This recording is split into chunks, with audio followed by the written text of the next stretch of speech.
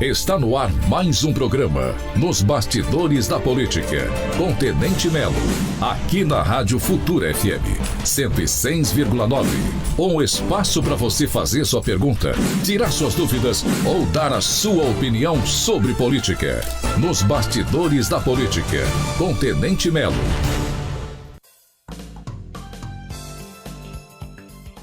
Bom dia, Itajubá, bom dia, caros ouvintes da Futura FM. Estamos mais uma vez juntos e ao vivo, diretamente dos estúdios da 106.9.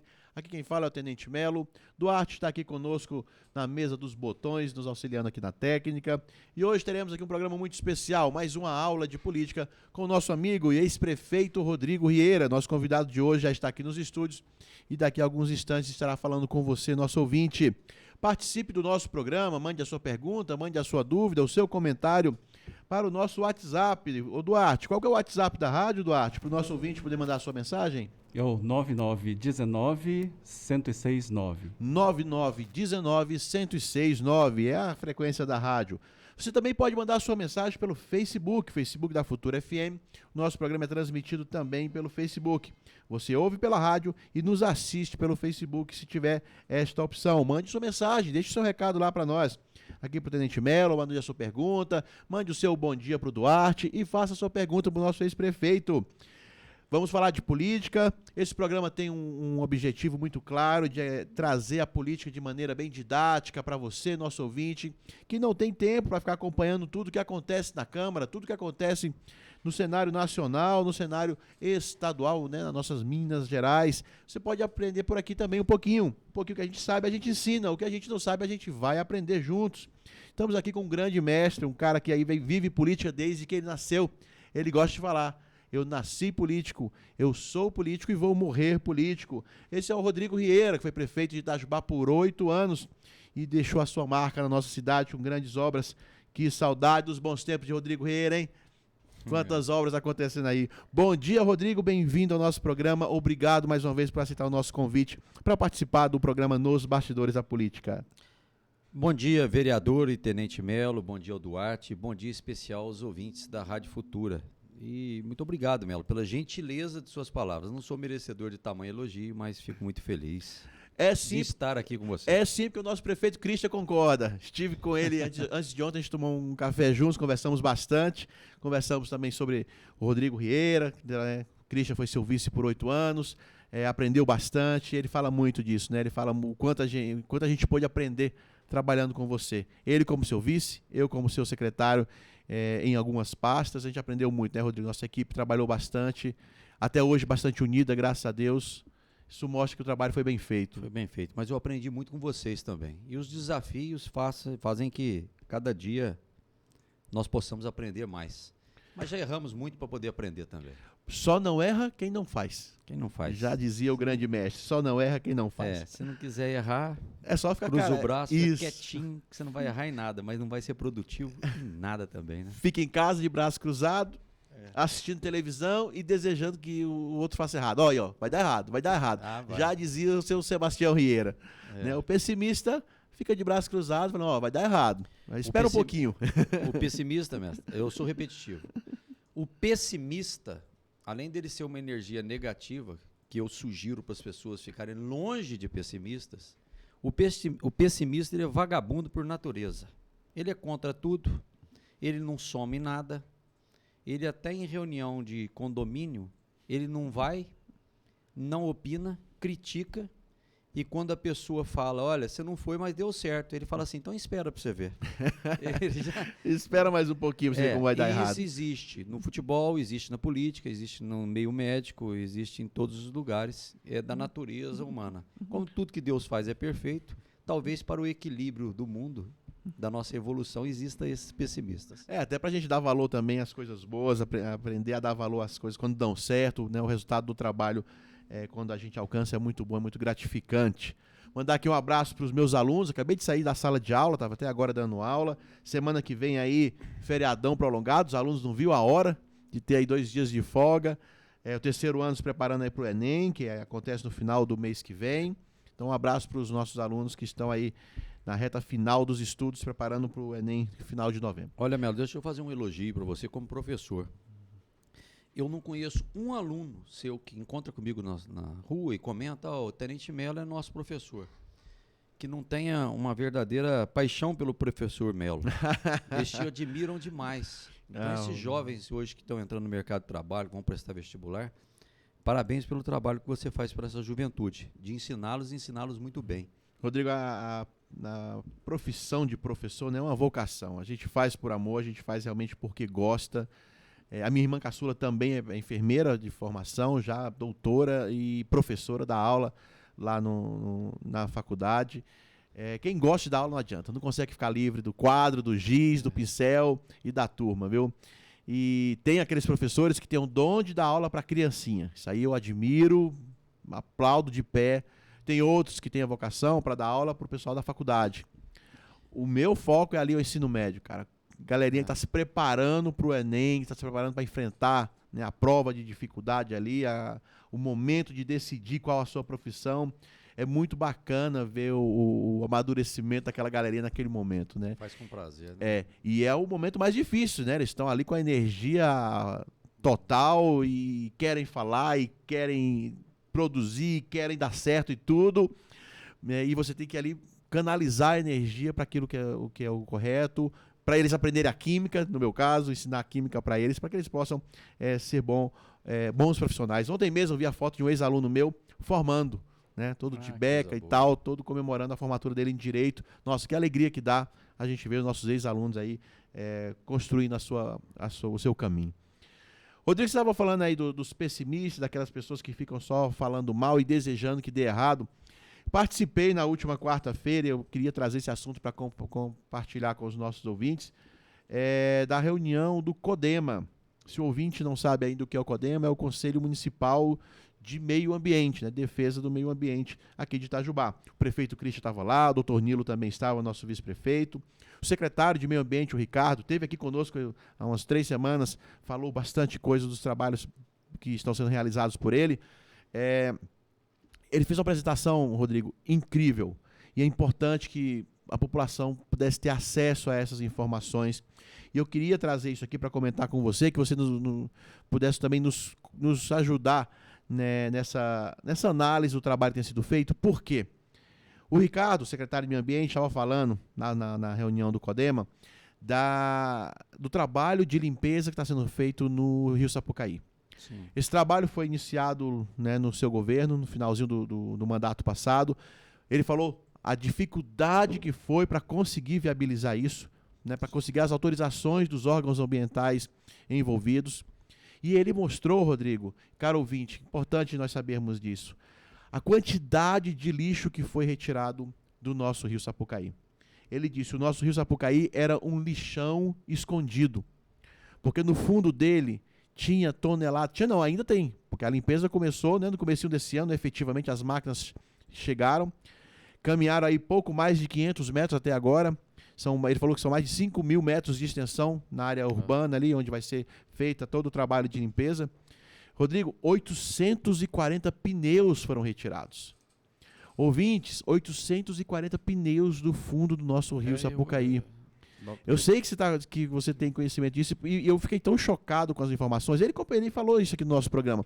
Quando você vê as fotos, motos, geladeiras, sofás, é tanta coisa, tanto entulho que saiu do fundo do nosso rio que estava morrendo, gritando, né? Nossas águas gritando para serem salvas, e estava lá, e esse trabalho nunca tinha sido feito. Você, Rodrigo, que participou desse trabalho e que sofreu tanto para poder realizar isso, porque tinha gente que falava que não devia mexer no rio, né? Os tal ambientalistas de Facebook, não devia mexer no rio. Vocês foram lá, compraram essa briga e aí o resultado está começando a aparecer. Como é que você enxerga isso agora, Rodrigo? Depois, já tendo saído do cargo e vendo esses resultados, né, acontecer. Talvez uma das coisas mais importantes que nós fizemos no meu governo, no nosso governo, Melo, que você fez parte, o Cristian também fez parte, tenha sido a conquista da liberação para a limpeza do Rio Sapucaí. No ano 2000, o Rio Sapucaí foi limpo fizeram uma limpeza pela Copasa, ficou muito bonito, inclusive, que limparam toda a borda do rio, mas o essencial do rio, que aquilo que não é visual, é igual obras de drenagem. Você faz obra por baixo da rua para tirar a enchente e depois ninguém lembra. E do rio também, se eu quisesse fazer uma limpeza do rio na lateral, era muito fácil. Você vem, vai capinando aquilo, tira algumas árvores que não servem, fica aquela visão bonita. Mas, na verdade, esteticamente fica bonito, né? Mas a caixa do rio, que possa amenizar as enchentes, não foi mudada em muito. Daquela vez, não. Foi um trabalho bonito que o governador Itamar Franco, naquela vez, ajudou, com o presidente da Copasa, Marcelo Siqueira, se eu não me engano, fez um belo trabalho, certo? E eu acredito que foi muito bem feito, mas o essencial que é limpar o fundo do rio. Porque o leito do rio, o mais importante dele, que as pessoas não sabem, ele tem a nascente, tem os afluentes, e dentro do leito também tem várias minas de águas que brotam, que ajudam o rio a ter o seu suporte de água ali, o volume de água. Ao longo dos anos, foi sendo assoreado esse rio, e é normal que aconteça isso, vai ficando de areia, areia, areia, ele tampa essas minas de água e o rio vai morrendo. Então o rio não vive somente da nascente e dos seus afluentes. Também existem minas de água nesses rios. E o pior de tudo é que você mata ao longo dos anos o que você possa ter ali de vidas, que são os nossos peixes e outras coisas boas que nós temos na natureza do rio. Que é as pessoas jogam pneus. Você falou aqui, Mela, pneu, geladeira, fogão, guarda-roupa, moto roubada. Sim, eu vi a foto. Peças de carro demais. E eu vou fazer uma correção nesse super secretário de meio ambiente, que é o Ricardo. Isso começou, se eu não me engano, foi em maio do ano passado, ou junho do ano passado, nós começamos a limpar o rio. Nos primeiros 200 metros, nós tiramos 2.000 pneus. Não foram 800 pneus. Os 800 é quem pegou nessa última leva. Desse ano. Que limparam pouco, está fazendo os 500 metros, tem mais 5.000 metros de extensão, não é quadrado não, de extensão. Na primeira curva que nós fizemos ali na Boa Vista, encheram carretas e carretas de pneus. O que nós temos de troncos de árvores que há 100 anos atrás, 200 anos atrás, 50 anos, rodaram, é normal que roda, cai de um lugar, enchente vem, leva, embaixo do rio, são absurdos. Então nós estamos abaixando a caixa do rio em alguns pontos até em 3 metros. Ele vai abaixar em torno de 1,60 m, 2 metros a caixa.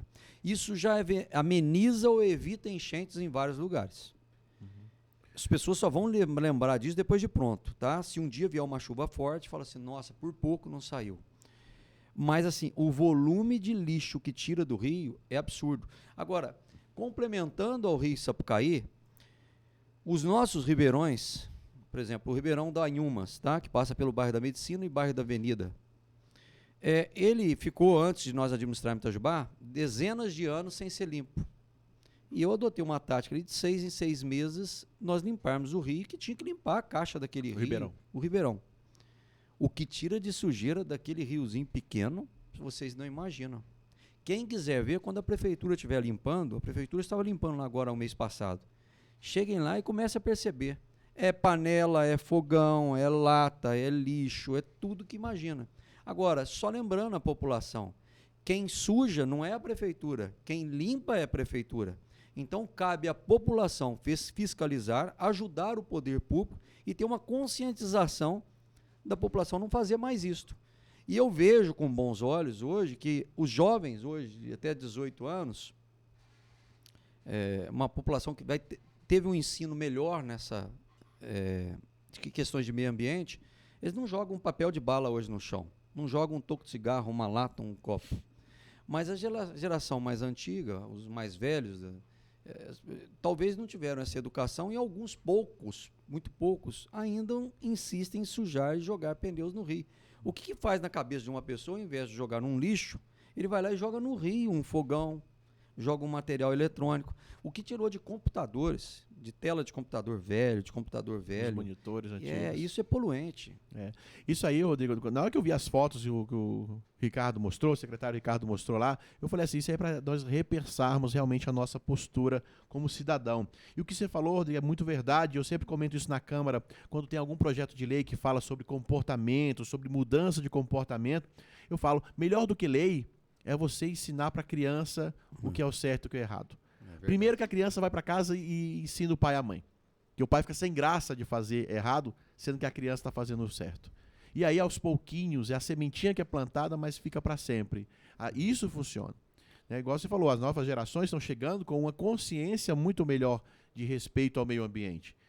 De tratar bem as águas, de tratar bem a fauna, a flora, o ar que a gente respira. As novas gerações, elas vêm muito mais preocupadas com isso do que as antigas.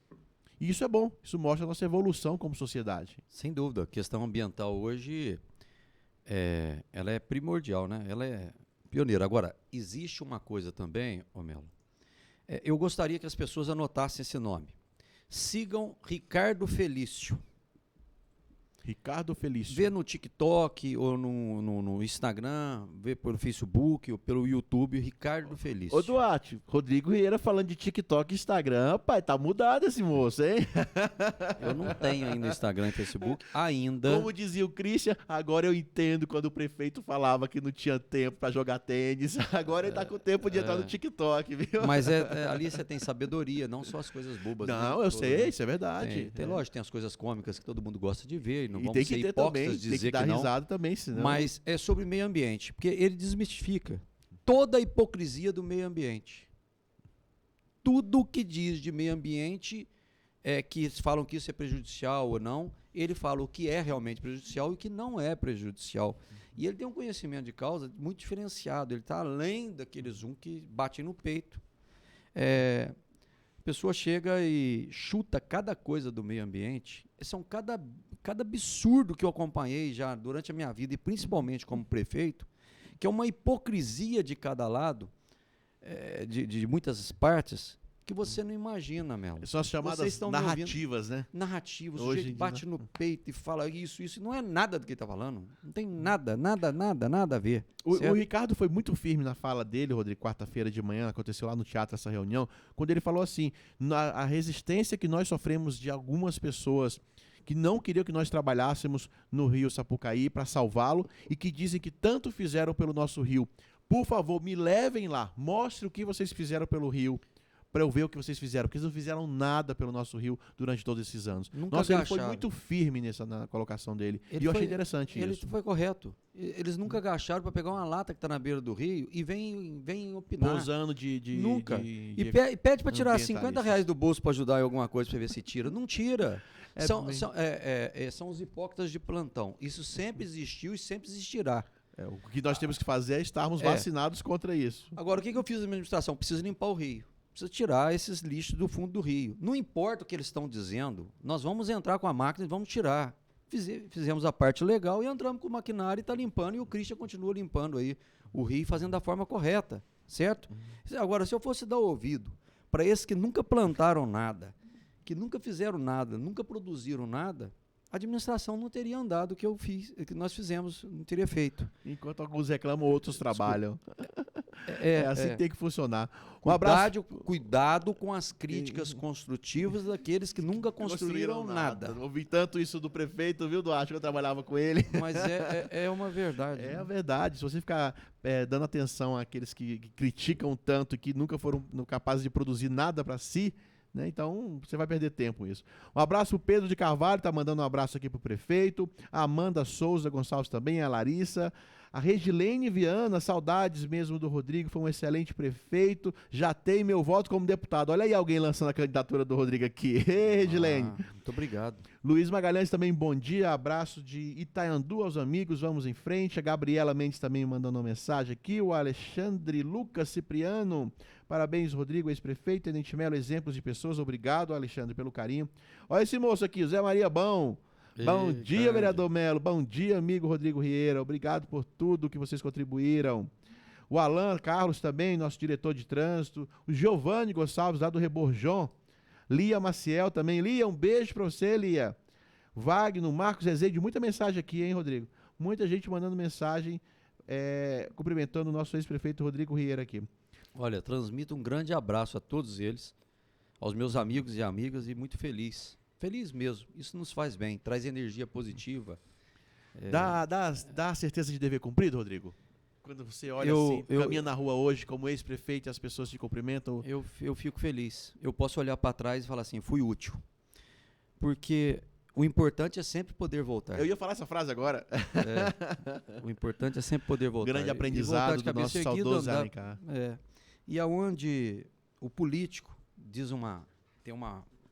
tem um ditado que fala o seguinte: na porta da casa do político do escritório não pode crescer mato, tem que estar na terra de tanta gente que está passando. E por onde eu ando, graças a Deus, seja onde eu estiver, sempre as pessoas param, eu não consigo andar 50 metros sem ser parado por alguém. E essa é a parte boa da política. Eu não consigo entrar num restaurante sem ser cumprimentado por várias mesas. Isso quer dizer que não é vaidade nem falta de humildade. Isso é um reconhecimento que eu fico muito grato, que talvez eu até às vezes seja assim, não sou merecedor de tamanho. Mas o agrado e o carinho e a educação das pessoas conosco, de 99% delas, é muito gostoso. Né? Então eu fico muito feliz. E meu pai dizia, falava, Rodrigo, você vai sentir o prestígio não durante o governo. Porque durante o governo ele é um pouco cego. Tem pessoas que realmente te admiram e pessoas que vão tentar estar próximo de você por causa do poder. E você vai ter um reconhecimento que você vai ficar muito feliz. Meu pai, infelizmente, não está aqui hoje mais para que eu possa falar para ele. Realmente, parece que cresceu esse reconhecimento após a minha saída. Porque as pessoas têm mais liberdade de chegar e conversar, encontrar mais. Então, essa política gostosa de andar pelas ruas é muito boa. Eu quero mandar um abraço para o meu amigo Zé Maria Bom e o Giovanni lá do Rebojão, que fizeram um grande trabalho pelo bairro, fazem um grande trabalho, ao Chiquinho, vereador lá do bairro também, a todas as lideranças. Dizer, por exemplo, essa semana eu fui lá no bairro do Rebojão e andei ali no bairro do Sebastião Silvestre, na Santa Luzia.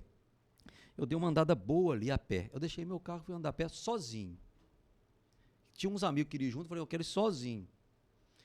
Ô Melo, chegou a um ponto que não tinha jeito de caminhar mais. De ponto positivo. Então isso é um reconhecimento e eu fico muito feliz, porque realmente depois que você termina o governo, você fica um pouco ansioso para saber como vai ser. Mas eu estava preparado para isso e não esperava tamanho reconhecimento. E recentemente nós passamos uma pesquisa, eu gosto muito de pesquisa, né? Pesquisa, acho que a gente tem os parâmetros. Se os números estiverem corretos e o Instituto, que sempre foi correto conosco, esses números forem verdadeiros, eu não tenho nada que reclamar, eu tenho que agradecer, que surpreendem até a minha pessoa, até o que eu esperava. Porque as pessoas estão reconhecendo realmente o resultado do seu trabalho, né? Rodrigo, você sempre gostou de pesquisa, você sempre falou isso pra gente mesmo, usa sempre os números, faz a medição de maneira transparente para poder guiar as suas decisões quando prefeito. Qual é a sua avaliação que você faz do cenário político nacional em Itajubá? Como que Itajubá está vendo o governo federal, né, na sua perspectiva, e se você tem essas pesquisas em mãos, se você tem esses números? Eles estão avaliando positivamente o desempenho do presidente Bolsonaro? Você acha que uma cidade que deu mais de 70% dos votos para Bolsonaro 77%. continua mais ou menos nessa linha, ou já tem gente decepcionada? O que você, na sua avaliação, como é que você acha que está esse cenário? Ô Melo, é lógico que a gente mede em pesquisa governo federal, estadual, municipal, bairro por bairro, por classe intelectual, vamos dizer, Classe social, escolaridade, né? classe social. Eu percebo o seguinte: quando você coloca o Bolsonaro hoje, ele não tem mais os 77% de votos que teve em Itajubá. O que é normal para quem está no cargo, né? Está no cargo. Uhum. Ele cai para menos de 50%. Tá? E eu vejo que quando você põe o nome do ex-presidente Lula, vamos supor que ele chega lá a seus 30%, 32% na cidade de Itajubá, que foi uma cidade que sempre teve aversão ao voto mais petista, mesmo. tá, de esquerda.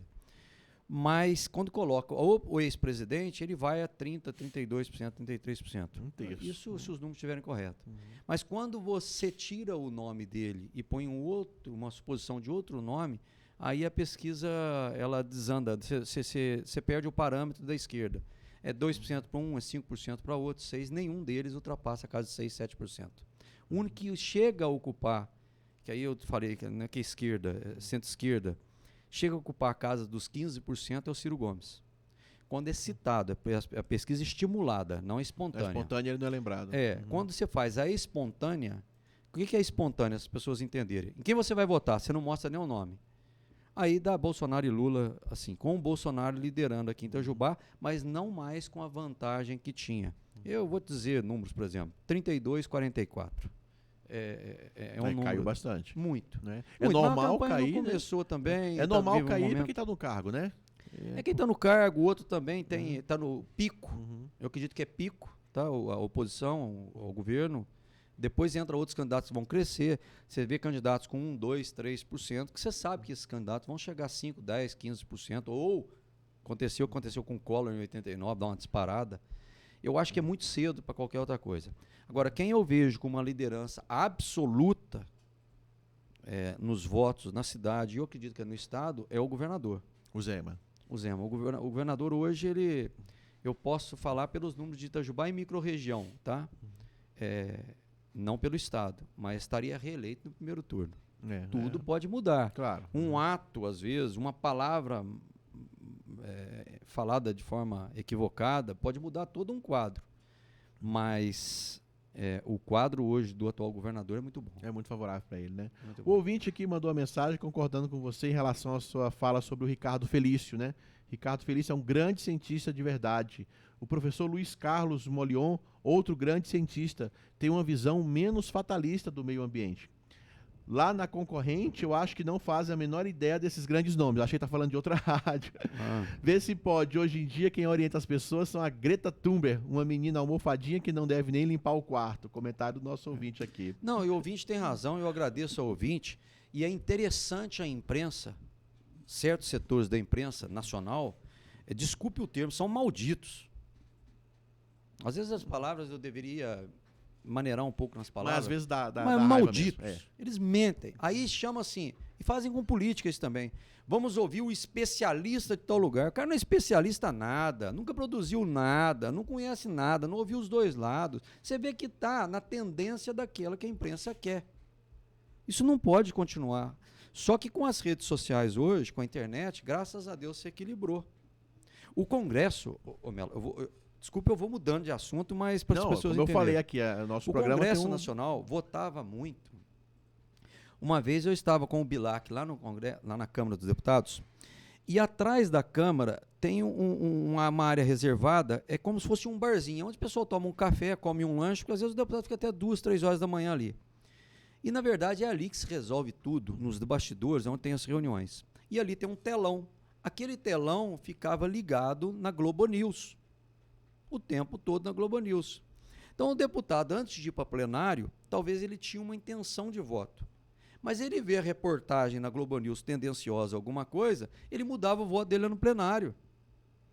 Aí um dia eu falei, Bilax, faz uma sugestão, fale com o presidente da Câmara, ao invés de passar a Globo News aqui, coloque um documentário aqui, outra coisa, alguma mensagem positiva, tira esse canal daqui, porque isso está fazendo mudar a tendência natural dos deputados da sua natureza. Ele falou, você tem razão, e me parece que tiraram a Globo News de lá, e CNN e tudo. Porque, agora, o que eu vejo é o Congresso não ouvindo mais somente um grande canal de televisão, alguma coisa. Eles estão ligados hoje nas redes sociais, ouvindo o que o povo quer e ouvindo os dois lados da moeda. Então, isso foi muito positivo. E acontece no meio ambiente também. Você vê, por exemplo, o Ricardo Felício, o Luiz Carlos Folion, aí que você me falou, são pessoas que desfazem de tudo que falam alguns ambientalistas que, na verdade, nunca estudaram nada. E, a nível municipal, acontece muito isso.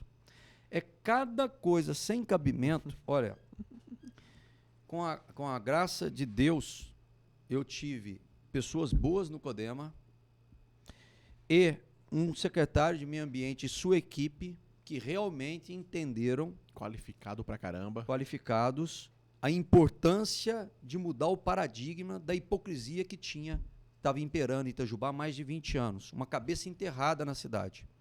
Porque eles eram absolutamente contra tudo. Tudo e todos.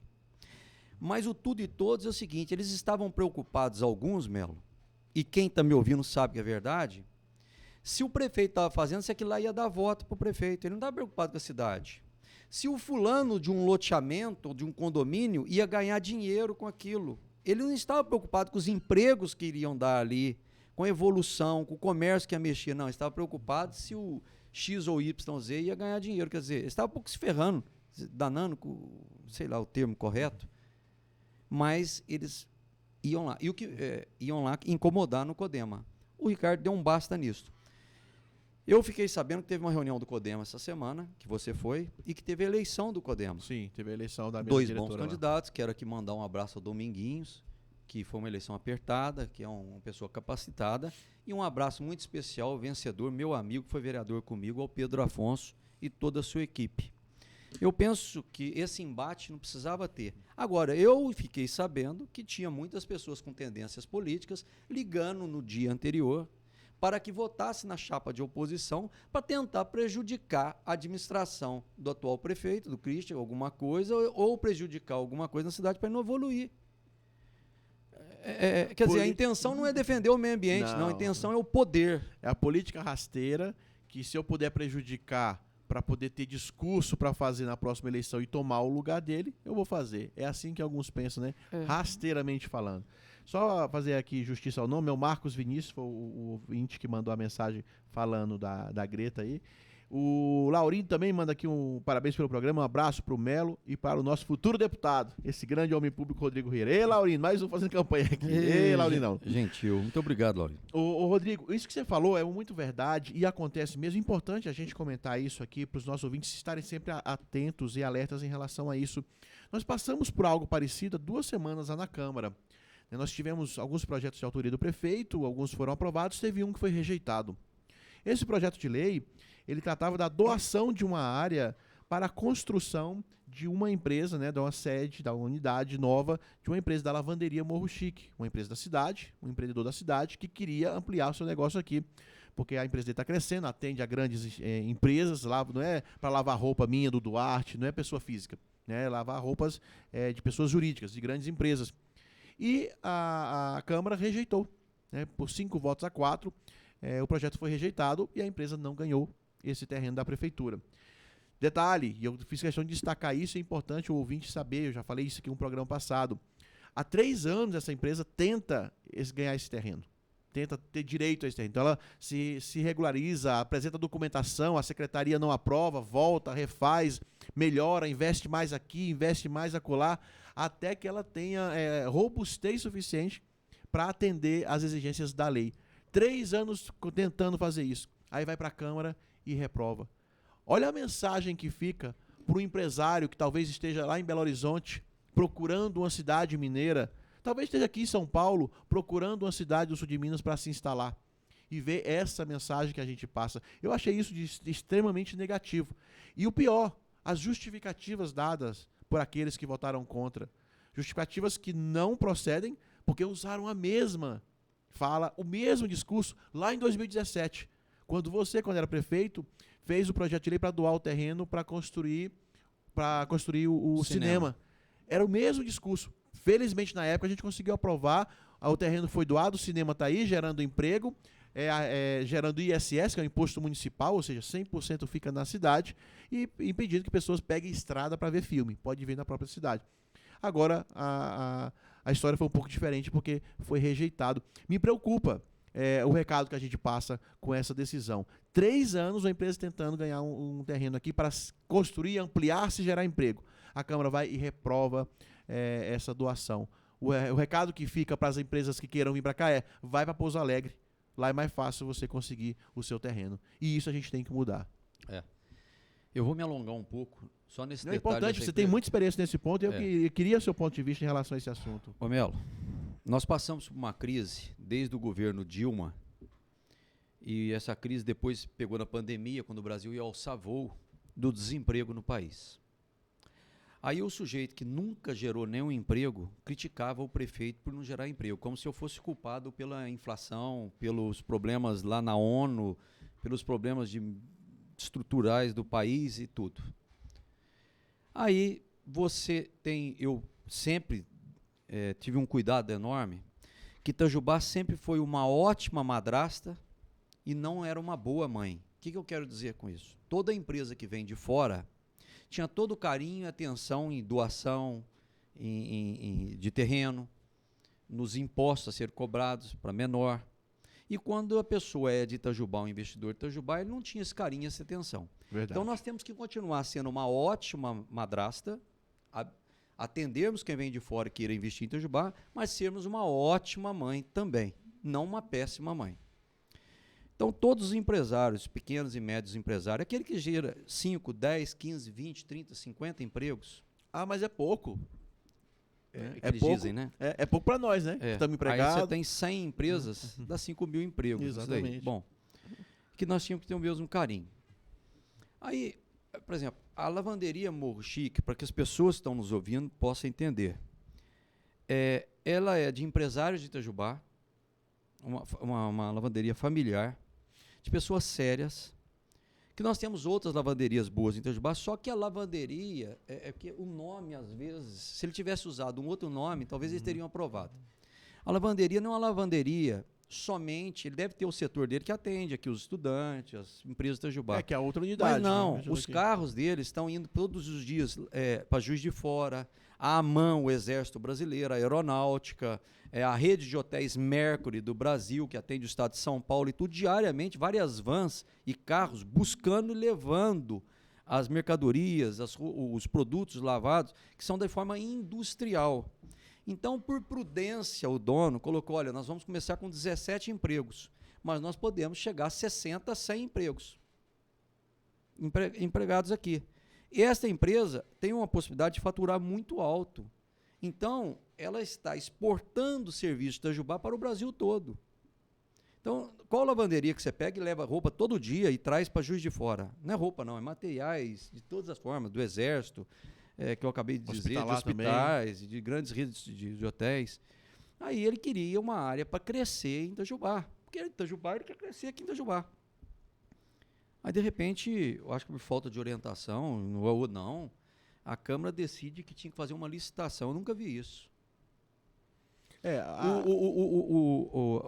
Aí reprovam uma empresa de Itajubá, aí o dono, com razão, daqui a pouco, o prefeito não é de Pouso Alegre, não. O prefeito de Piranguçu, de Piranguinho, com razão. Uhum. Se eu sou prefeito de Piranguinho, o prefeito de Piranguçu, agora eu ligo para a lavanderia Morro Chique e vem para cá. Vem para cá que você será recebido aqui com tapete aqui, certo? Será muito bem-vindo. Então nós não podemos nos dar ao luxo, e eu peço aos nossos colegas vereadores lá, da qual eu já fui vereador, uma atenção, um espírito, uma sensibilidade pública empresarial para tamanho absurdo esse. Eu estou expondo hoje como cidadão itajubense, um ex-prefeito da cidade e ex-vereador. E empresário. Não pode fazer isso, porque às vezes um empresário chateado, não é o caso desse da lavanderia, pode falar isso para todo mundo, ou se ele faz um videozinho somente, assim, ó, negaram para eu colocar minha empresa aqui em Itajubá. Isso repercute no país inteiro. Qualquer outra empresa que esteja de olho em Itajubá, vai para Pouso Alegre, vai para outro lugar. Agora, você pega, esse é um, e os outros? E os outros que estão pedindo? Eu, antes de vir para cá, recebi um telefonema de um empresário, que pediu para que eu colocasse ele com o Christian, que ele quer ampliar a sua empresa aqui em Itajubá. Vão negar para esse também? Aí depois esses mesmos chegam e falam assim, olha, não gera emprego. Exatamente isso que eu queria colocar. Resta para nós ficar chorando na internet que não tem emprego aqui. Não, tem que atropelar, tem que voltar com o projeto, explicar direito. Falei isso pro nosso colocar prefeito. De público isso. Falei isso pro nosso prefeito. Olha, fulano votou contra a empresa tal. Ah, mas tem outras lavanderias. Então, os outros, por que os outros não entraram pedindo? Por que os outros também não mostram sua documentação? São pessoas boas. Tem outras lavanderias boas, mas de tamanho porte, eu não vejo outra aqui. Nós estamos falando em exportar para o Brasil todo produtos que são trabalhados aqui em Itajubá. Serviço, que foi outra colocação que eu fiz também, Rodrigo, no dia da votação. Né? Existe uma diferença de impostos, caro ouvinte. Quando você vende uma mercadoria, o imposto que você paga é o ICMS. Quando você presta o serviço, por exemplo, de lavagem de roupa, você paga o imposto ISS. O ICMS ele vai para o governo do estado, depois volta um pouquinho para nós. O ISS não, fica 100% na cidade. É outra vantagem também. O ISS é imposto sobre serviço de qualquer natureza. Exatamente, então, é um todos imposto os prestadores municipal. de serviço, eles pagam ISS, que varia de 2% a 5%. Essa questão da licitação que se falou, está prevista realmente na lei federal. Isso vale para cidades grandes, onde nós temos várias empresas concorrendo ali pela mesma vaga. Não é o caso aqui. Essa é a única lavanderia desse porte. E outra, se tivesse outra, se pedisse, também teria área. Enquanto isso está lá o terreno crescendo mato.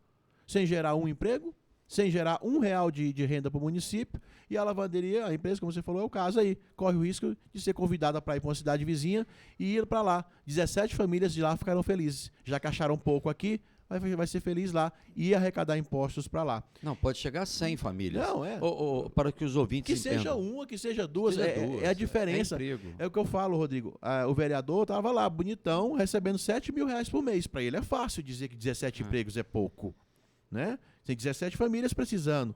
E outra, empregos simples, que não exigem muita formação. Isso está em falta hoje em dia no nosso mercado aqui no sul de Minas. Né? Devíamos abraçar isso com todas as forças. Mas, As enfim, pessoas lembram, eu vou só relembrar as pessoas. Eu era prefeito, nós construímos um parque que gera mais de 200 empregos ali diretos, mais de 1.000 indiretos.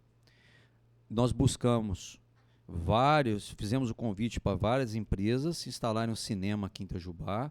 A empresa que veio e construiu o cinema mais moderno do país teve vários vereadores da época, inclusive outros continuam sendo vereadores até hoje, votaram contra a vinda de um cinema que gera vários empregos em Itajubá, arrecadação de ISS, e engrandeceu a cidade de Itajubá, que jogou o nome de Itajubá na parte positiva para todo o Brasil, certo?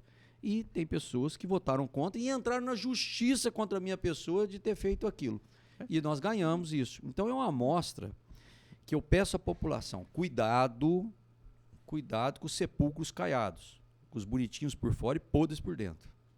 Ou Eles- seja, Desculpe, Melo. Eles têm um discurso alinhadinho, nossa, faz bonitinho. bonito demais, ué. Mas na prática, meu amigo, ele está tirando o seu emprego aí, o estudo dos seus filhos, a oportunidade para você poder crescer.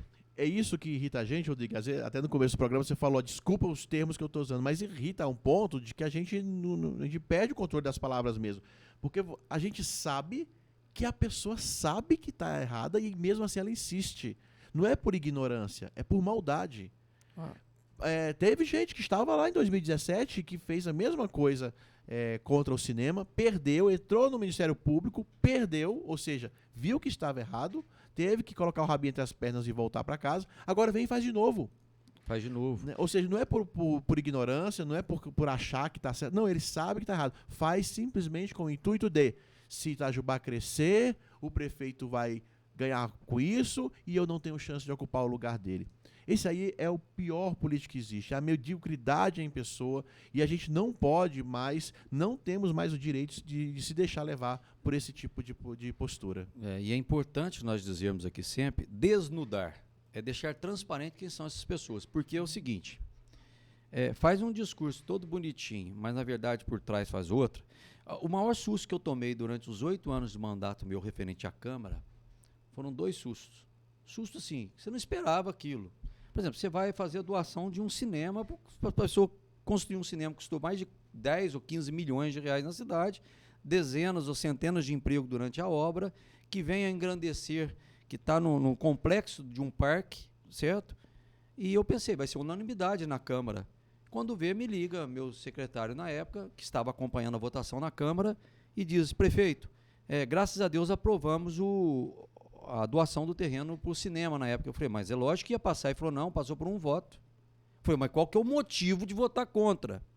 E pasmem, uma vez, na crise que nós estávamos passando com a recessão dos anos anteriores, eu precisava comprar vans e ônibus para a saúde, queria comprar ônibus leito para levar os nossos pacientes que fazem tratamento fora, com conforto, com todo o luxo que merece, com toda a segurança, e pediu um empréstimo, na verdade, para o banco e tinha que ter autorização da Câmara para comprar esses ônibus. Teve 3 ou 4 vereadores que votaram contrário. Aí eu assustei, falei assim, não, espera aí, tem coisa que não tem coloração partidária política, tem coisa que é para o bem comum, não tem votar contra. Vamos supor que eu fosse vereador e fosse um prefeito que fosse oposição à minha pessoa, como é que eu vou votar contra um prefeito que está comprando um ônibus para a saúde? Eles votaram contra. Quer dizer, eles são contra a pessoa do prefeito e pensam assim, que se dane o resto da cidade, porque só pode ser isso que eles pensam. Porque votar contra de automóveis para a saúde ou para a educação e o outro vota contra um empreendimento na Geração cidade, de emprego. aí eu peço a vocês que estão nos ouvindo aí que façam uma reflexão. Mas sabe o que me tranquiliza, Rodrigo, e me dá esperança de que a gente pode continuar nesse caminho que nós estamos indo no caminho certo? é que desses que em 2017 tentaram dar a rasteira e não ganharmos o cinema na época, dos que votaram contra, só um foi reeleito. Não tem mais nenhum na Câmara. E esse um que foi reeleito, achou que ia ter uns 1.500, 2.000 votos, teve lá para baixo lá, E foi o que ficou e fez e puxou a boiada para votar contra e impedir a doação da lavanderia. Então é importante, a população está atenta, a população está atenta, ela está acompanhando, está aí o resultado das urnas mostrando, não são mais pessoas alienadas, não são mais pessoas que ignoram política, não estão acompanhando isso todo dia e estão sentindo na pele que decisão errada tomada pelos seus representantes, vereadores, prefeitos, deputados, afeta o seu dia a dia. E eles não querem mais isso. A população está cada vez mais ativa, mais participante das decisões políticas do nosso país. E isso é muito bom. E é isso que me deixa mais tranquilo, porque eu uso esse espaço de programa exatamente para ensinar isso, né, didaticamente mostrar para a população. Ô, ouvinte, olha o que está acontecendo no cenário local, estadual, nacional. Olha o que está afetando o nosso dia a dia. Né? Tem aqui até o comentário do ouvinte que falou, parabenizar o nosso governador Zema, que barrou um projeto de lei lá que foi aprovado pela Assembleia Legislativa de Minas Gerais, os deputados estaduais, que determinava imposição e sanções às pessoas jurídicas por ato discriminatório praticado contra a pessoa em virtude de sua orientação sexual, a tal da lei LGBT. Estou lendo exatamente como está escrito aqui. Era a história lá que se o homem chegasse num restaurante e quisesse entrar num banheiro feminino, ele tinha autorização. E se você negasse, você seria multado. Essa lei foi aprovada pelos nossos deputados. Né? Sorte que o Zema vetou. E agora volta para a Assembleia e nós temos que fazer a pressão, nós como população, temos que fazer pressão para que os nossos deputados acordem e mantenham esse veto. Porque é uma aberração, é um absurdo uma coisa dessa. Mas é a prova material, atual e local de que estão ativos, sim, estão vivos esses que pensam em implantar esse tipo de ideologia na nossa sociedade. Pensam, mas não vão conseguir.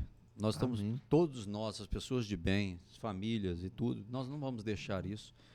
E eles pregam como se fosse normal que nós estivéssemos discriminando. Nós somos errados, Não é. A minoria tem sua voz sim, mas prevalece a vontade da maioria imensa da população. São absurdos que a gente vê, né? Ontem mesmo saiu aí uma notícia de que a ONU está questionando a foto do Bolsonaro com uma criancinha vestida de policial. Mas naquela época, 6 anos atrás, quando crianças estavam apalpando um homem pelado, era arte. Né? E esses mesmos que hoje criticam a criança vestida de policial, né? de militarzinho, ficaram quietos e aplaudiram. Era um absurdo aí. E são essas distorções que muitas vezes, Rodrigo, as pessoas que discordavam dessas aberrações ficavam quietas, ficavam caladas. Hoje não. Fica mais não. Hoje elas estão falando. Hoje elas arte, pegar uma criança de 5 anos e o pai e a mãe levar para palpar uma pessoa nua e dizer que é arte do corpo. Isso é arte uma ova.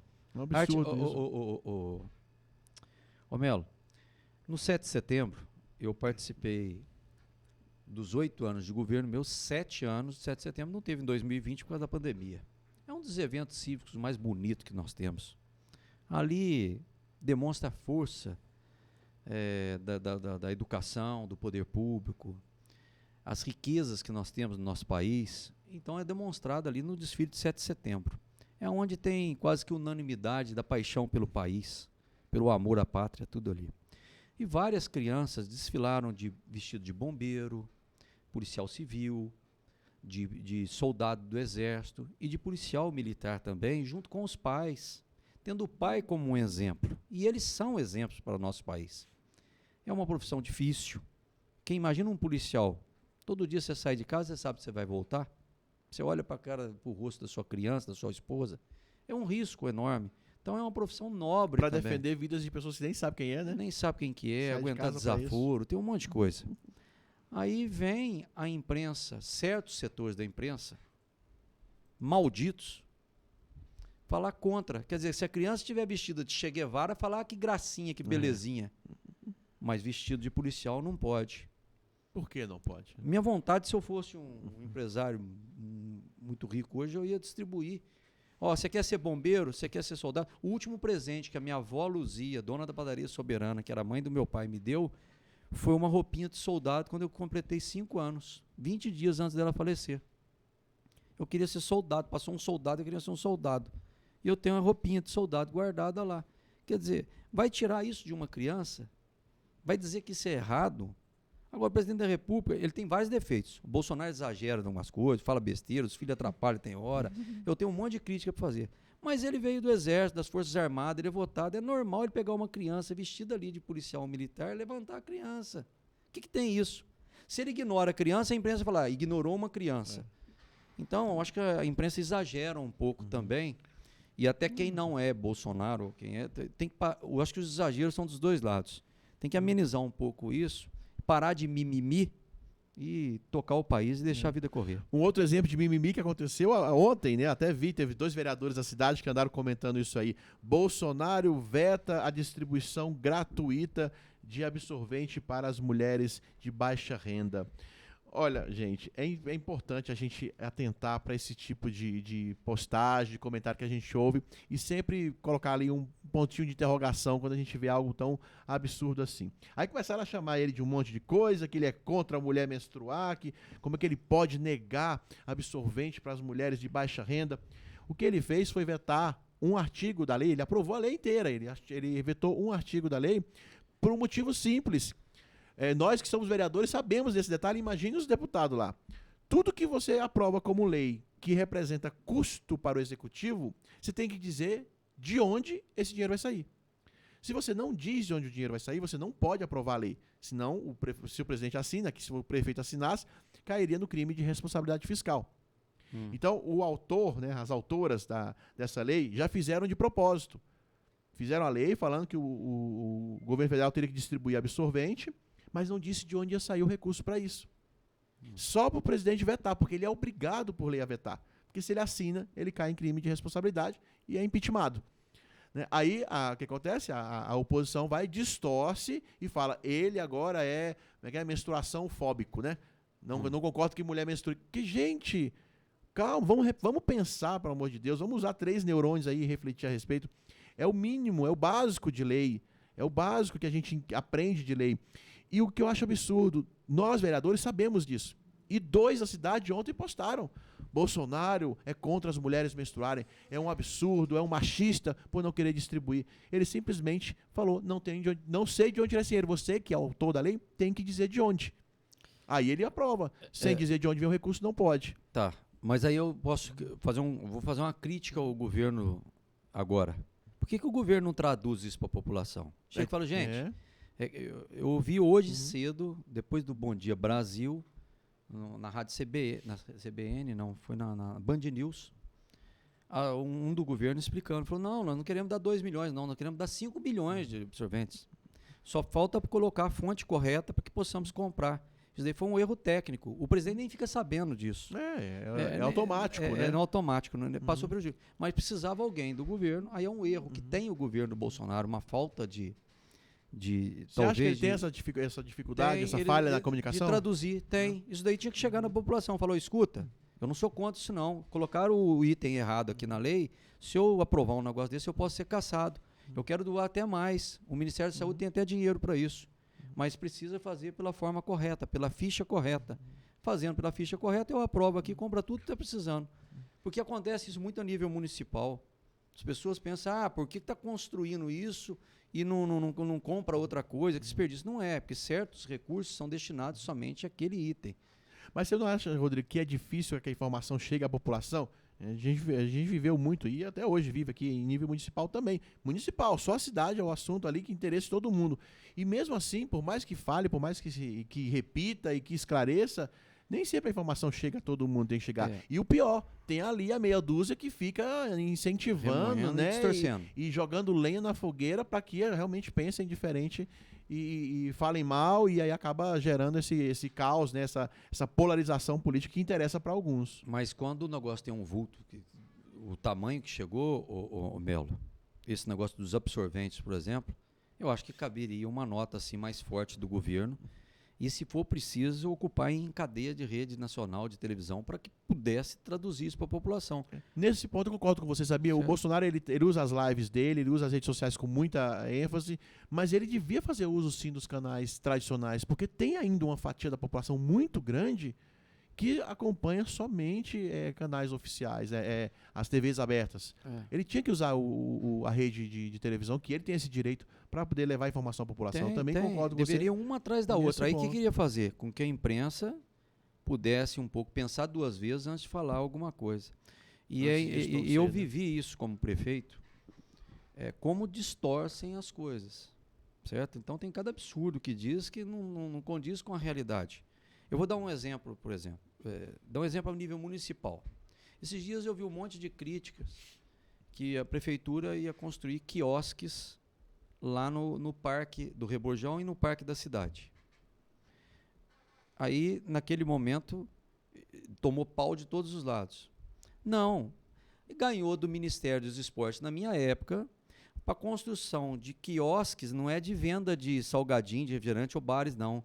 Quiosques é onde as pessoas ficam embaixo para tomar sol, para o sol não bater forte ou se proteger de chuvas, certo? Pequenos, coisa à toa. Família se reunir e fazer um piquenique, E é aonde? isso? Piquenique, e também de você poder dar aula ali de academia ao ar livre, com sol ou com chuva. Isso vai melhorar a vida de todo mundo que trabalha com esporte, ou desfruta de um esporte, ou pratica, e principalmente para a terceira idade. E esse dinheiro veio do Ministério dos Esportes, que eu consegui isso na época. Se não gastar esse dinheiro, você não pode gastar em outro lugar, não. Ele vai embora, você perde. Ele Então volta, é melhor vamos você construir do que perder isso para Itajubá. Só que faltou na época, eu até falei com o prefeito e falei com a secretária de comunicação na época, eu acho que eles fizeram essa tradução, conseguiram traduzir isso para a população, que isso era benéfico para a cidade. Então, tem certas coisas que se você não responder, fica o dito pelo não dito. Fica o que falam de forma equivocada ou mentirosa, maldosamente, prevalecendo como se fosse a verdade. Sabe outro exemplo, Rodrigo, que aconteceu também ainda durante o seu mandato, e eu lembro que eu estava na Câmara nessa época. Lembra que nós passamos alguns anos sem receber recurso do governo do estado, na época do tal Pimentel? Sim. Que as prefeituras não recebiam recurso, que era para investir em creches, que era para investir na saúde, que a Santa Casa fez greve no seu pronto-socorro, e que por esse motivo, por força de lei, eu estou falando isso porque eu sou vereador e eu acompanhei tudo na época, por força de lei a prefeitura foi obrigada a romper o contrato que tinha com a Santa Casa, porque qualquer instituição que assina um contrato, um convênio com a prefeitura ou com o órgão público, está claro, ela é obrigada, ela não pode suspender a prestação de serviço. Se ela suspende, o contrato é desfeito automaticamente, porque senão o gestor público é que é comprometido, cai no crime de responsabilidade. E na época isso aconteceu. As prefeituras estavam todas quebradas, porque não tinha recurso, porque o Pimentel não mandava. O mesmo deputadinho da época, que ajudava o Pimentel nessas gambiarras dele aí de ficar segurando o dinheiro, né, que era da população, hoje está aí abraçando cachorro, para pousar de bonzinho e querer voto ano que vem. É o mesmo, só mudou agora a figurinha, porque agora vem abraçadinho de cachorro para pousar de bom menino. E aí, o que aconteceu? A Santa Casa não conseguiu pagar os seus médicos em dia, ficaram os médicos sem receber, ninguém é obrigado a trabalhar de graça, aí os médicos fizeram greve, eu fui lá, eu era vereador, eu falei, não mandei ninguém, eu avisei a médica que estava coordenando lá o trabalho, falei, não faça greve, porque se você fizer isso, a instituição Santa Casa rompe o contrato, porque ela não pode deixar de prestar o serviço. Fizeram a greve. Aí o que aconteceu? A prefeitura, a partir daquele momento, foi obrigada a suspender o contrato de repasse para a Santa Casa. Se não fizesse isso, o prefeito da época, Rodrigo Rieira, cairia em crime de responsabilidade fiscal. E aí, como é que a informação chegou na população, por parte de alguns?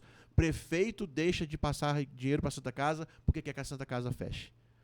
Olha o absurdo, como as coisas torcem, as informações são distorcidas e chegam em parte da população. E isso aconteceu muito e foi um trabalho enorme para as pessoas entenderem isso. E entenderam depois, viu? Porque se você deixa de prestar um serviço para o município não pode pagar. Vamos supor que a empresa de limpeza pública deixa de coletar o lixo da cidade. Eu não vou pagar. Se eu pagar, eu estou errado. Eles não fizeram. É importante sempre, isso eu peço que a população entenda, o hospital e a Santa Casa são particulares. Eles atendem também o SUS. Eles recebem do SUS, mas eles são particulares. E a prefeitura tem um convênio com eles. Um convênio seguinte, olha, nós vamos prestar serviço que nós somos obrigados a prestar e vamos pagar para que vocês prestem esse serviço. Então é isso que a prefeitura faz com Santa Casa e com o hospital. Nosso governo, ao contrário de que muitos pensam, só para as pessoas entenderem, qual foi o prefeito na história dos 202 anos de Itajubá que mais passou dinheiro para Santa Casa, Melo? Rodrigo Vieira. Isso. Não sou eu que estou falando, não, são os documentos. Mas são foi os várias números. vezes mais de qualquer outro proporcionais, certo? Então, é isso que nós fizemos. Qual que mais passou para o hospital também? Rodrigo Vieira. Se nós não tivéssemos passado e feito um convênio maior, aumentado, nós teríamos, talvez essas entidades não teriam aguentado, que prestam um grande serviço para a cidade, tá? Todas as duas. Quero dar ênfase aqui para o hospital, pelo que cresceu o hospital, pelo que faz o Dr. Rodolfo, toda a sua equipe lá pelo hospital, que hoje faz transplante de rins, de fígado, de coração. Quem precisou de um transplante sabe que eu, prefeito aqui, ex-prefeito, estou falando. O que nós fizemos, o hospital tinha 5.500 metros, hoje tem 17 mil metros de área construída. Aquilo, na verdade, era uma grande enfermaria, hoje é um hospital de porte, um nobre hospital, uma equipe nova que renovou aquilo, com esforço lá dos diretores anteriores e atual diretor que realmente fez uma revolução lá no hospital. Então, cabia a nós fazermos isso. Quando eu assumi a cidade, o pronto-socorro da Itajubá atendia os 2 pronto-socorros em termos de 80 a 100 pessoas dia. Hoje atende mais de 600 pessoas dia, de 500 a 600 pessoas por dia. Nós atendemos toda a micro-região de Itajubá. Aí eu ouço de alguns itajubenses, falo assim, mas para de atender a micro-região.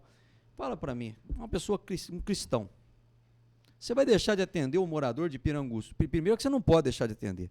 De Piranguçu, de Maria da Fé, de Venceslau Braz, lógico que não, são irmãos. O sujeito chega acidentado, infartado, é obrigação primeiro do hospital, não tem cabimento, isso tem que atender. Então nós fizemos um trabalho micro-regional aqui que deu certo.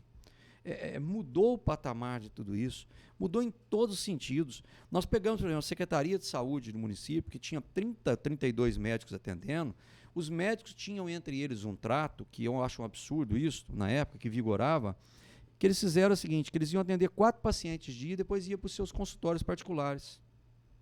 Então ele atendia ali das 7 às 8 da manhã e ia embora. Falei, não, passou no concurso das 7 às 5 da tarde, vai trabalhar das 7 às 5 da tarde. Quem não quiser, sai, que tem outros querendo entrar. E deu certo isso.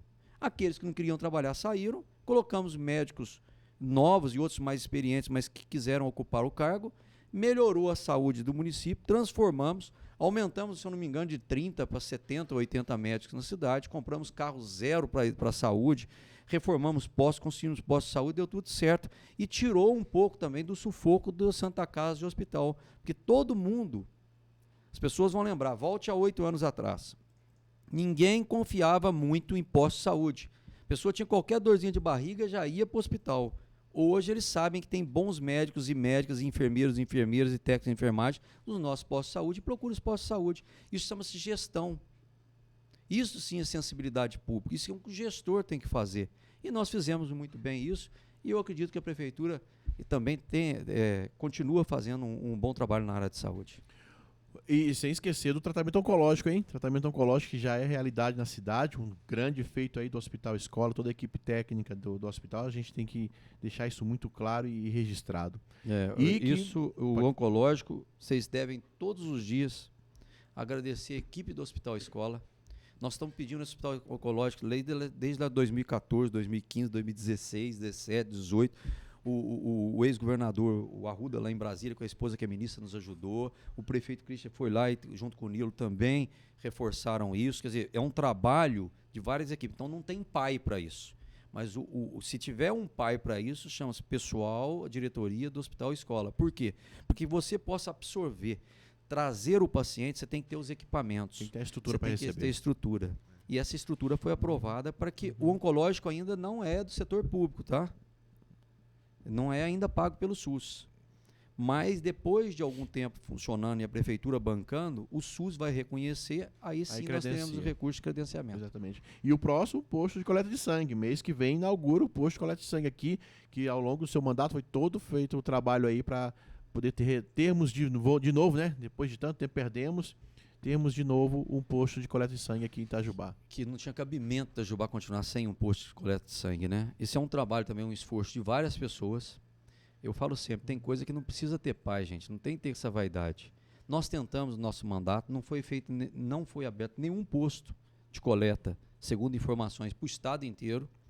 Agora o Estado abriu para várias cidades e Itajubá foi agraciada com esse posto de coleta, que teve apoio de vários deputados, de várias pessoas.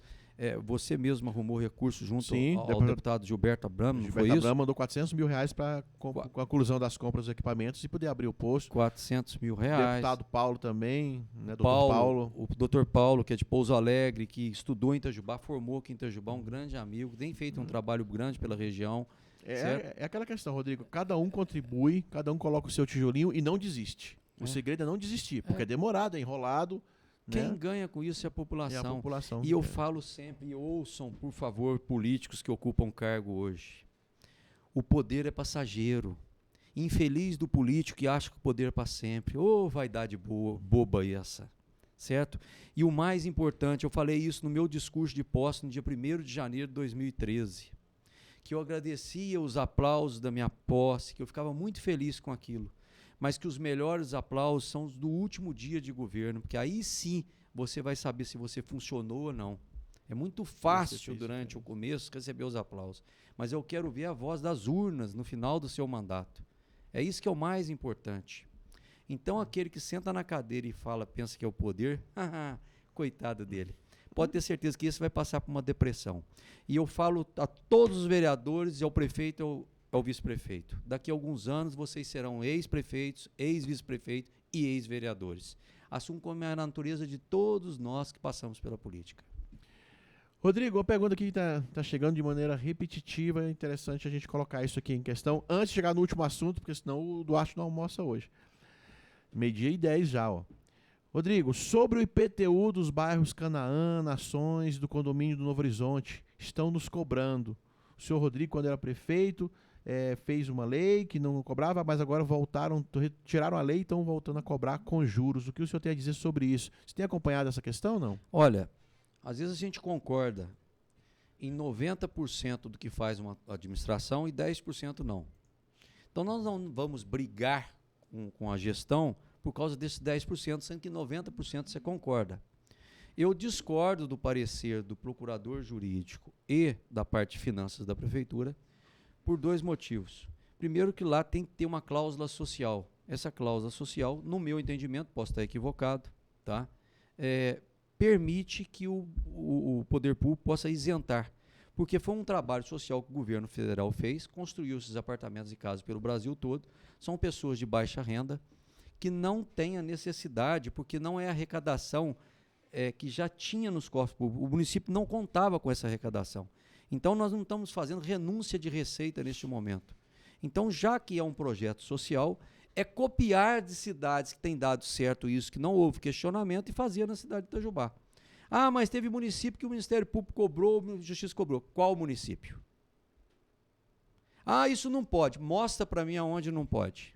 Ah, em tal cidade deu um processo. Mostra esse processo, então, para nós. Deixa eu ver, então. Porque não tem, o momento é inoportuno. E eu, se estivesse lá, e aconselho o atual prefeito, já falei com ele, segundo ele, a vontade dele é isentar, mas pareceres jurídicos são contrários, que não cobre do pessoal, mas nós não estamos fazendo política, não, é por questão de momento mesmo, questão social dificuldade mesmo. social. Você tirar R$100, R$200 de IPTU, você está tirando comida da boca das pessoas nesse momento. Então eu peço até a administração que olhe, não ouça somente uma parte jurídica daqui ou dali, certo? Eles têm um bom jurídico hoje, que ouça também o governo federal, o governo do estado, o Ministério Público, o Tribunal de Contas do Estado, porque a questão das moradias populares, ela tem sim algumas cláusulas diferenciadas que possibilitam, no meu entender, no meu entendimento, a isenção desse IPTU, que vou dizer uma coisa como ex-prefeito de Itajá, que não significa nada para o município de Itajubá. É muito pouco valor, né? É muito Irrisório, e para aquelas famílias fazem muita diferença. Faz muita diferença. Para a cidade é muito pouco, mas para aquela família é muita coisa, né? É. A Cristina Steiner manda um abraço para nós aqui, está acompanhando o programa. O vereador Rafael Rodrigues, que está se restabelecendo aí, teve que passar por uma cirurgia de emergência, mas já está bem. Rafael, volte logo. Um grande abraço ao jovem Rafael e vereador também, dinâmico. Estamos precisando de você lá na Câmara e na escola também. Até na escola eu tive que substituir ele também. O Marli Escopel mandando um abraço aqui para nós. Grande abraço, grande Marli Escopel, grande professor de dança. Também. Luiz Gonzaga, que é servidor da Câmara, também mandou um abraço. Servidor, aqui. foi um grande vereador, fui vereador com ele, presta um grande serviço e desconheço alguém que conheça mais hoje legislativo Do que ele. do que ele. Eu digo mesmo, viu? Porque pensa numa enciclopédia ambulante, esse a moço. Câmara viu? hoje tem bons nomes lá no jurídico, tá? O seu procurador jurídico e também o diretor da Câmara, o pessoal da Câmara, eles são bons serviços. Luiz Gonzaga, um abraço para você, meu amigo. Daqui a pouco a gente está aí na Câmara. Rodrigo, queria encerrar o programa falando de eleição do ano que vem. Tivemos aí antes de ontem, o anúncio da junção de 2 grandes partidos, né? O DEM, inclusive o partido do nosso prefeito, e o PSL se uniram. Agora é a União Brasil, número 44. Já houve as leis que vão valer para a eleição do ano que vem, já estão definidas, não pode mais mudar. Tá. Né? Já passamos do dia 3 de outubro aí, que é a data de um ano da próxima eleição. Então, o que está valendo hoje é o que vai valer na próxima eleição. Como é que você está enxergando essas regras novas que foram aprovadas pelo Senado e essa movimentação aí de unificação de partidos? Isso é um movimento que você acha que vai continuar acontecendo? Interfere alguma coisa no resultado das eleições ou isso não interfere em nada? Interfere um pouco, sim. Acho que é muito bom para o país essa unificação de partidos. Porque essa sopa de letrinhas que nós temos de quase 40 partidos no país todo, eu não sei quantos partidos são mais, não tem cabimento. E muitos partidos têm por interesse somente no recurso do fundo partidário. Então isso não é democracia. Democracia é partidos com identidade, com ideologia. E acredito que essa união possa fazer o bem. Também partidos de esquerda, partidos de direita, partidos de centro estão se unindo. E quem sabe nós possamos, dentro de poucos anos, ao invés de ter 40 partidos, temos no máximo 5, 6, 8 partidos no país todo. Aí eu acredito que vai prevalecer uma democracia mais forte. Quanto à eleição de deputado, de senador, das eleições, é lógico que mexe no quadro, mexe em toda a legenda. O Congresso votou agora, o Senado, ao contrário da Câmara, e vai para a sanção do presidente, não sei se já foi sancionado, proibindo coligações. Então isso muda todo um quadro também, é importante observar partidos. Se essa lei estivesse prevalecendo também sobre a cota de cada partido, por exemplo, a Câmara Municipal seria muito diferente hoje do que nós temos. Então muda, sim, o quadro e os estudos também de qual partido a pessoa deva estar, qual tem possibilidade de fazer ou não vereadores aqui ou de deputados. E, volto a dizer, prevalece uma lei dos mais fortes partidos que já tem uma identidade mais antiga. Por exemplo, você pega o DEM, era o antigo PFL, que foi PDS, que foi Arena. Né? O MDB continua lá, o MDB que deve, daqui a pouco, fundir algum partido com ele.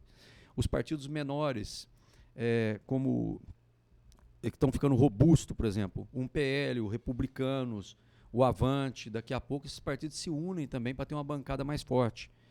E acredito eu que isso vem para o bem do país e das eleições que vêm. Você acha que isso fortalece a democracia? Muito. Diminuindo o número de partidos, então aí fica identidades mais claras, né? Você consegue identificar melhor o que cada partido defende e assim fica mais fácil escolher. Porque, a princípio, há 20 anos atrás, nós tínhamos a ideia de quanto mais partido tivesse, mais estivesse prevalecendo a democracia, a liberdade. Mas nós não vimos isso, desculpa o termo que eu vi uma prostituição de partidos. O sujeito migra para cá, migra para lá, sem identidade, sem nada. Partidos de direita ou de esquerda apoiando um ou outro lado, não tem identidade. Se olhar na parte de economia, por exemplo, é totalmente um diferente do outro, mas estão coligados. Quer dizer, queriam só para ver o resultado da Câmara dos Deputados, quem vai se eleger deputado é o senador.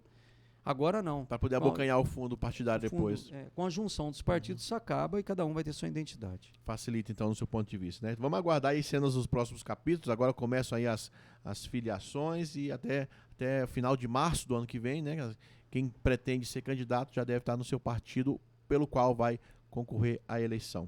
Alguma previsão do Rodrigo Vieira? Não. O Rodrigo Vieira vai ficar em casa no que vem? Não. Duvido, hein, Duarte? Tem um Quem vírus. conhece a peça aí, duvido. Tem um vírus que chama vírus da política. Esse não tem vacina para ele ainda não, viu? Já acharam vacina para vários outros, mas esse vírus não existe não. E eu gosto, eu repito, gosto. Eu acredito que eu possa ser mais útil.